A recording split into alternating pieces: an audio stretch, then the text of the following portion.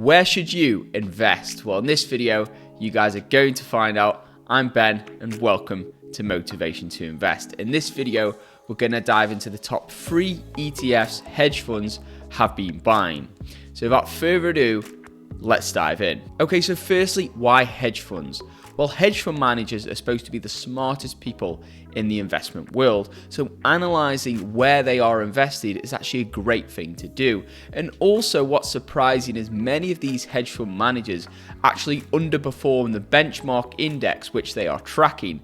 So we're going to dive into that data and why it's very, very difficult to beat the market. For example, a recent study by Morningstar shows out of 3,000 active funds Morningstar analyzed, only 47% survived and outperformed their passive counterpart. So this is basically like a coin flip. And if we look at the historic long-term data, over a 15-year period, 87% of active fund managers tracking larger cap stocks underperformed the S&P 500. So basically it's extremely difficult to beat the market, and still many fund managers try to do this because they can get great fees for actually doing this. So generally a hedge fund can charge fees with a 2 and 20 fee structure, which basically means a 2% management fee and also 20% on profits above a certain threshold. So why is it difficult to beat the market? Well, the market is notoriously efficient, and any inefficiency can be exploited rapidly. There's algorithmic traders and there's a vast number of hedge fund managers all trying to beat the market. So as the founder of Vanguard, Jack Bogle, once said, rather than trying to find the needle in the haystack, why not just buy the entire haystack? So what is an ETF? Well, an ETF stands for an exchange traded fund.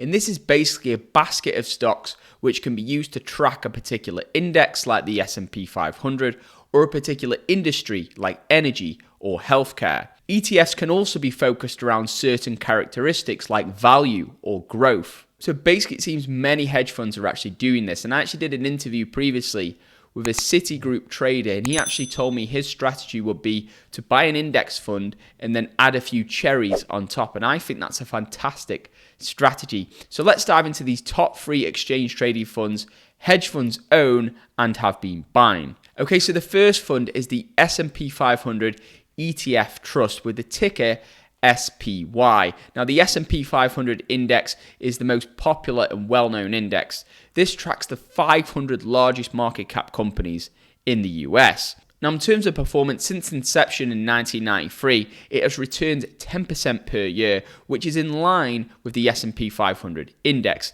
Now, in the past 10 years, it has returned an incredible 13.5% per year average. However, personally, I believe that was mostly driven by the large tech stocks which are inside this ETF. And mostly they're the FANG stocks, so you've got Facebook, Apple, Amazon, Netflix, and Google.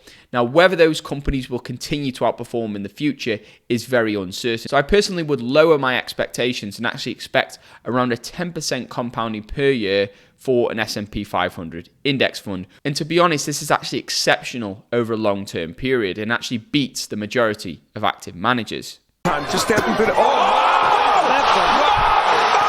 Now, the expense ratio for this particular ETF, which tracks that index, is 0.09%. Now, 14 of the top hedge fund managers currently own that fund.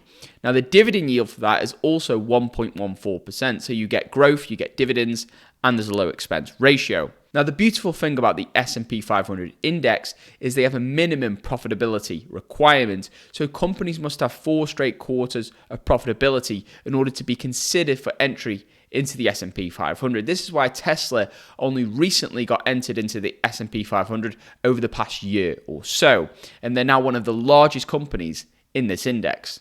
Surprisingly, despite Warren Buffett actually beating the market for over 56 years and generating 20% returns, he actually considers the S&P 500 as one of the greatest investments. And he always tells investors to buy and hold an S&P 500 index fund. S&P 500 and holding it for 10 years, I'd buy the S&P in a second. Okay, so what about valuation, Ben? The S&P 500 could be crazily high valuation or it could be crazily low. When is the best time to invest into it? Well, multiple studies do show time in the market is better than trying to time the market. But if you do want a rough indication of value, you can look at the PE ratio. Personally, I was just looking at the cyclically adjusted PE ratio. The cyclically adjusted PE ratio at the time of filming is 31.6. Now, this is not exactly cheap if you look at historical averages, but it's not as high as it was in the tech bubble, the dot-com bubble of the year 2000. So once the PE gets to these levels, then that would be definitely a great time to sell any index funds that you have. If we look at previous levels, so for example, the market crash of the financial crisis, that was obviously a great time to purchase it. And then even the crash in 2020, there was a nice dip there. So it seems at the moment we're fairly valued for the S&P 500. Okay, on to ETF number 2, and this is the SPDR Gold Shares ETF with the ticker symbol GLD. This has an expense ratio of just 0.4%, and 11 of the greatest guru hedge funds actually own this ETF. Now, since ancient times, gold has often been used as a currency and a store of value. Think the Egyptians, the Romans, etc. And in the modern times, things have not changed that much. Many governments and central banks still house a vast amount of gold. For example, the US houses the most with 8,000 tons of gold. Germany has 3,300 tons. Italy has 2,400 tons. France 2,400, and Russia with approximately 2,300 tons of gold. Now, England did used to have a very good gold reserve, but Gordon Brown, the former UK Prime Minister, decided to sell a large portion of this gold at the bottom of the gold market a few years ago. So cheers for that, Gordon. Gold is also known as an inflation hedge. So as it's a limited supply, if there's an inflation, which is a devaluing of the fiat currency, then gold can actually hold its value quite well, which it has done for thousands of years. Now, I know what you guys are thinking, Ben, what about Bitcoin? Isn't Bitcoin digital gold? Well, there are some talks that Bitcoin could be digital gold because there's a limited supply of Bitcoin. However, there must be some caution with this because Bitcoin is extremely volatile, which is very different to gold. And also, it doesn't have enough of a track record yet to prove it's a long-term store of value. Now, the return of this gold ETF over the past 5 years has actually been exceptional. So they've had a 9% annual rate of return achieved. Now, this was mainly driven by the post-financial crisis boom, where there was a lot of uncertainty around the currency and there was a lot of stimulus printed.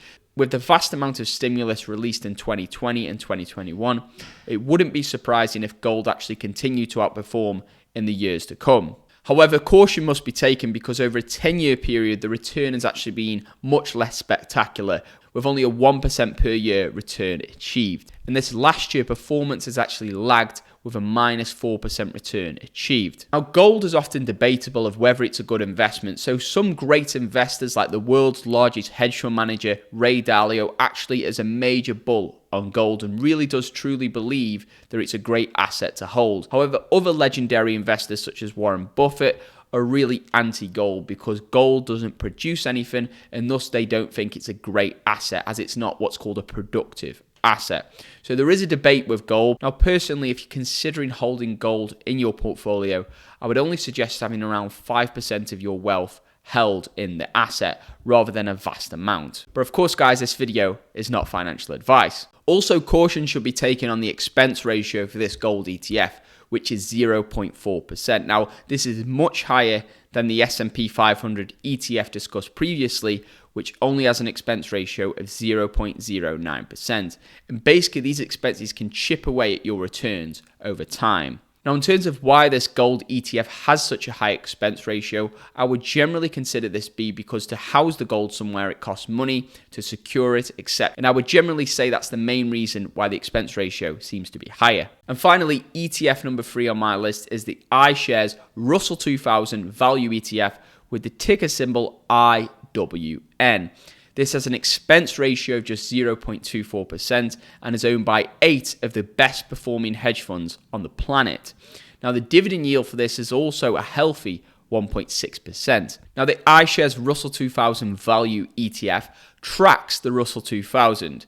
Now, the Russell 2000 is the 2,000 smallest market cap companies in the US which are part of the Russell 3000, if that makes sense. Generally, you consider this ETF as a small cap ETF. So if you want some exposure to smaller companies which have generally actually outperformed the rest of the market over the long term, then this ETF could be for you. Now, as this is a value ETF, it also has a tilt towards small cap stocks which are undervalued. Okay, so what about performance? Well, over the past 5 years, performance shows an incredible 27.96% return in 2021, which is fantastic, and around 4.5% return in the growth bull market of 2020. So generally, when growth does well, value doesn't do as well, and when value does well, growth doesn't do as well. So they are inversely proportional. But also be aware that some returns are also negative. So if we look back to 2018, it actually returned minus 12.9%. So just be aware, returns can be negative in some years, even when investing into ETFs. In terms of valuation, the fund is actually trading at a P ratio of just 12.5, which is very, very cheap and is actually slightly below the average PE of approximately 15. Okay, so that's my top 3 exchange traded funds which hedge funds own. If you guys did find value in this video, feel free to give it a big thumbs up, helps out tremendously in the channel. If you haven't joined the investing family yet, feel free by hitting that subscribe button and turning that notification bell on. With that being said, I hope you guys all have an incredible day. From the bottom of my heart, I wish you guys well in life and in the markets. And with that being said, I'll see you guys in my next video. Invest safe.